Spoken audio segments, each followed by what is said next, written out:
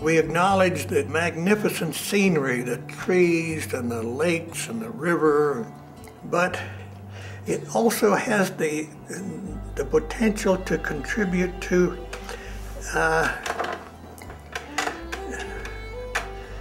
making us better human beings, to healing us.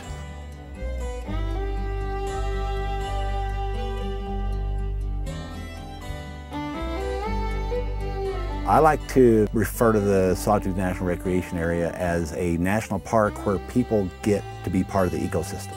There had been a lot of discussion of the Sawtooth area as a national park beginning in, I think it was 1911. And the local folks didn't really like that idea because they couldn't graze their cattle or hunt elk, cut firewood if it became a national park. And that's kind of how the folks, especially in central Idaho, are oriented. And we appreciate that, and we want to make sure that those opportunities are still available. Part of it is the intimacy of the place. There are many policy paths that could have gone to protect the Sawtooths. One certainly was that there was a lot of discussion about creating a national park there. And the fact that that did not happen, I think it kept Ketchum a better place, Sun Valley a better place. I also think it certainly kept Stanley a better place. But it made it a more intimate landscape. It's less overrun, it's less crowded with tourists, and you can lose yourself in it and become much more connected, much more rapidly in a landscape where you can really feel that maybe you're seeing it for the first time. You almost like step back in time when you come up here as far as the lifestyle goes, and I think that is vanishing in the United States today. This is more of a quiet enjoyment. To take a deep breath and to get on to Stanley time, it feels like things quiet down, things slow down here. It is a much more relaxed atmosphere. To me, the phrase recharging the batteries really is the operative one here. It just gives you a chance to relax and take in the grandeur that is the Sawtooths.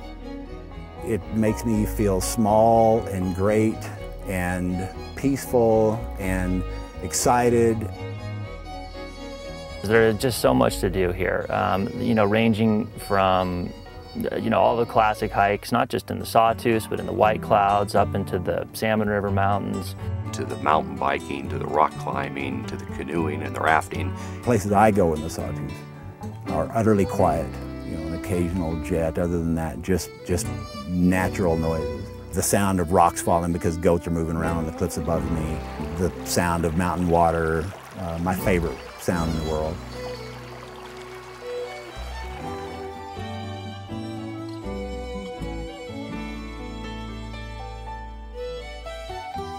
A few very brave politicians at the time. Frank Church, foremost among them probably, Jim McClure and Orville Hanson among others, Cecil Andrus figured prominently in that group, just said, the place deserves some kind of protection.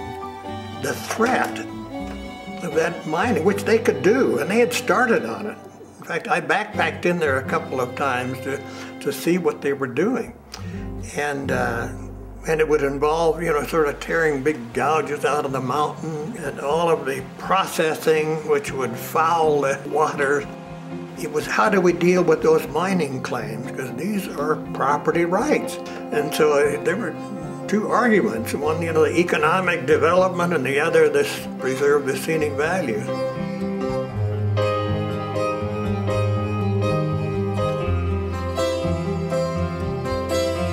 We don't have to leave a landscape littered with open pit mines or clear cuts to fulfill the economic needs of our population. We're way past that, and Idaho's far better than that. Idaho has extraordinary landscape, but also has extraordinary people, and it's time for us to meld the values that we see outside our backyard with the values of how we lead our lives.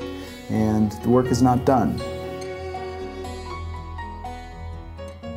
There's been a lot of challenges to the area through the years, and even after it became a national recreation area, there's been a lot of pressures on it. And the Sawtooth Society acts as an advocate for the Sawtooth National Recreation Area and helps to do some projects that the Forest Service can't get to, and helps to bring awareness to the area and hopefully do a lot of volunteer projects and other recreational projects around. It's a unique organization in that it's got a very narrow mission. We don't do anything outside the boundaries of this natural recreation area, and so we focus on really projects and ways to enhance the area. It serves a niche as a helper to the Forest Service, a watchdog with the Forest Service, to hopefully help preserve the area that we have here. Probably the greatest challenge we have right now, of course, is funding. And yes, we have found creative ways. We get grants from the Sawtooth Society. I've relied on them to get a lot of the stuff that I want to get done accomplished. You know, there are a lot of people who really care about this place. It started with just a handful of members, and now the Sawtooth Society has about 650 to 700 members scattered around the country. People come here and love this area and want to do something to help it. And the future is, I think, very bright. I think there's a lot of opportunity, because I think what is happening is that conservation has historically been a polarized and divisive issue, and people are coming together as never before in realizing that the core values of what we're trying to protect there are in fact what define the state of Idaho. And what defines Idaho also now defines the American West. And the entire country is looking to the West in a way that they have not done in a long time. And I think there are a lot of lessons that we as a nation can draw from that singular little valley in the heart of wild Idaho.